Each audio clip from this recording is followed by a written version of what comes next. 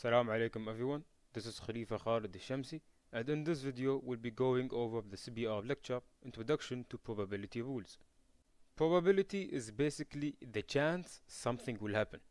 If we're talking about having a baby girl, for example, then the chance or probability of it happening is 50%.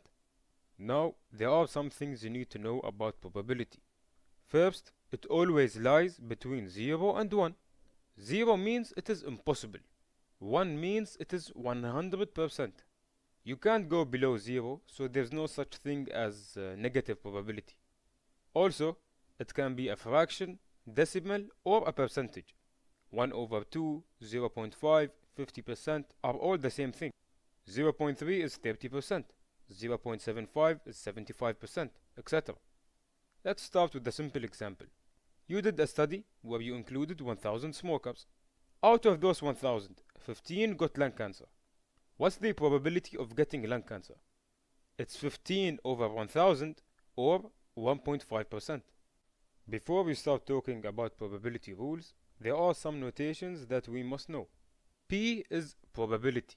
A is our event, basically the thing that we are trying to observe or measure.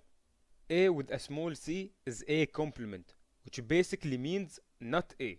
For example, if A, our event, is patient with lung cancer, then A complement is patient without lung cancer. العكس. This is called P of A, which is the probability that event A happens. Like what's the chance that a person has lung cancer, for example. Now this is what we call P of A given B. It's called conditional value probability. It's basically the probability of A after knowing B, the second event. Let's say event A is it's raining outside, and event B is I see someone carrying an umbrella. The probability of A or rain generally is 10%, but the probability of rain given that you currently see someone with an umbrella is higher, let's say 40%. Knowing about the umbrella changes the probability of rain from 10% to 40%. This U is union. Basically, it's the probability that event A or B or both occurs. Look at this diagram. You basically color both circles. This upside down U is called intersection. It just means A and B. Look at this diagram. You basically color where they overlap, where they both happen. Don't worry if you're not quite getting it. As we learn more about the rules and apply these notations, you will understand them better, inshallah. There are 3 rules of probability. The first rule is the not the event or complement rule. It's the easiest rule. It's the probability that an event does not occur. Let's dissect this equation. A complement is, as we said earlier, the probability of an event not occurring. To get this number, subtract the probability the event happens from 1. For example, if the chance of rain tomorrow is 30%, then 1 minus 0.3 gives us 0.7, which is the chance of it not raining. If probability of dying is 20%, then probability of not dying is 80%. Let's take another example. You can see here the probability of blood types. If someone walks into your clinic and asks, what is the chance your patient is not type O, what will you do? You could add A plus B plus AB, but there's a faster and better way. Do 1 minus 0.46, or the probability of type O, which gives you 0.54 or 54%. So, probability of O is 46%, and probability of not O is 54%. Now, before we go to rule 2 and 3, we need to understand what are independent and dependent events. 2 events are independent if knowing one occurred tells you nothing about the other. First event is having blonde hair. Second event is raining outside. There is no connection between these two. They are independent. Knowing someone has blonde hair doesn't tell you if it's raining outside. 2 events are non-independent or dependent if knowing one occurred changes the probability of the other. A good example is what we said earlier about the umbrella and rain. Originally, we said we think the chance of rain is 10%.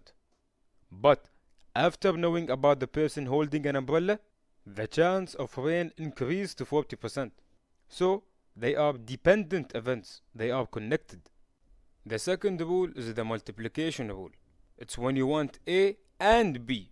We use here intersection. If the events are independent, the rule is simple. To get the probability of A and B, multiply the probability of A with the probability of B. Let's take an example. If the probability of brown hair is 30% and the probability of being a medical student is 20%, what's the probability of being a medical student with brown hair? Brown hair and medical students are not connected. They are independent. So, simply multiply them both and you get 0.06 or 6%. Let's say we also want to know what's the probability of a male medical student with brown hair.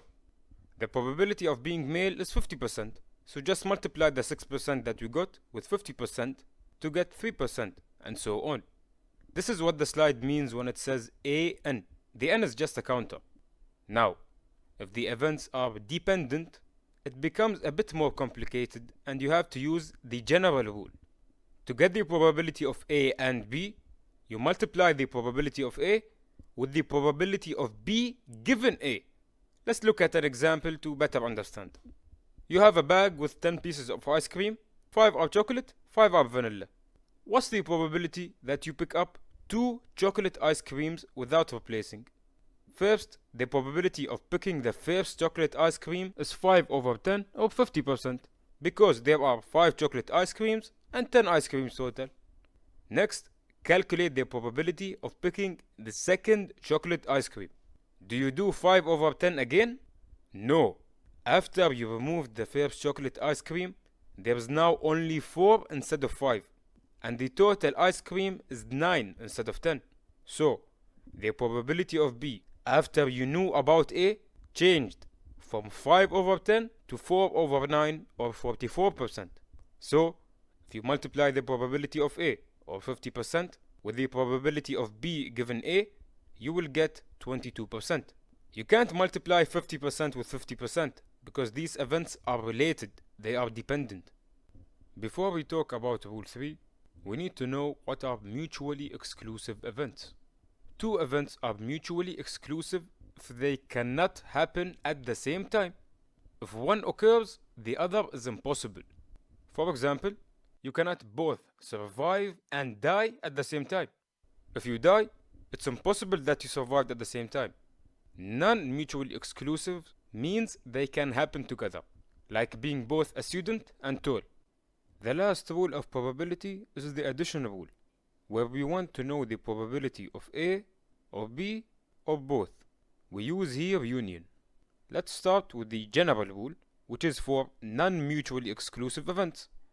The probability of A or B or both is equal to the probability of A plus probability of B minus the probability of A and B. Let's take an example to simplify. Let's say you have medical students in front of you.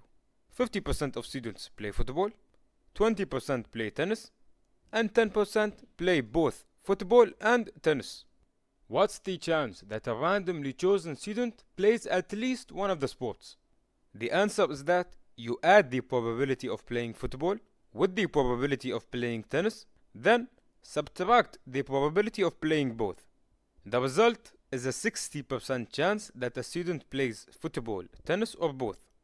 If you just add the 50% with the 20% without subtracting the overlap, you're basically counting the 10% twice.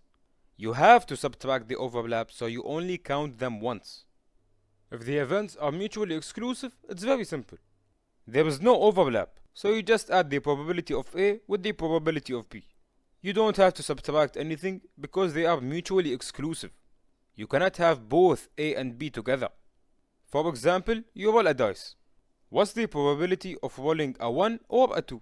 You add the probabilities, so 1 over 6 with 1 over 6, but you don't subtract anything because you cannot roll both 1 and 2 at the same time. They are mutually exclusive. Lastly, I want to go over an important point. Mutually exclusive events are not the same as independent events. If two events are mutually exclusive and one occurs, the probability of the other drops to 0. This means that knowing one happened completely changes the probability of the other. So they are technically dependent, not independent. If an independent event happens, the other can still happen. They're just not connected. Now, someone might ask me, Khalifa, why don't we talk about mutually exclusive events in the multiplication rule or independent events in the addition rule? Multiplication rule, as we said, it's when we want to know the probability of A and B. Since the events are mutually exclusive, they cannot happen together. So the answer is always 0. As for addition rule, they work for any event, whether they are independent or not. Independent events can still overlap. For example, you can have blonde hair and be a medical student. So, you still need to subtract and apply the general equation. For multiplication rule, there is a difference between dependent and independent, so we talked about them there. With that being said, I hope you've benefited from this video. If there is something you don't understand or have any questions, feel free to reach out. Good luck.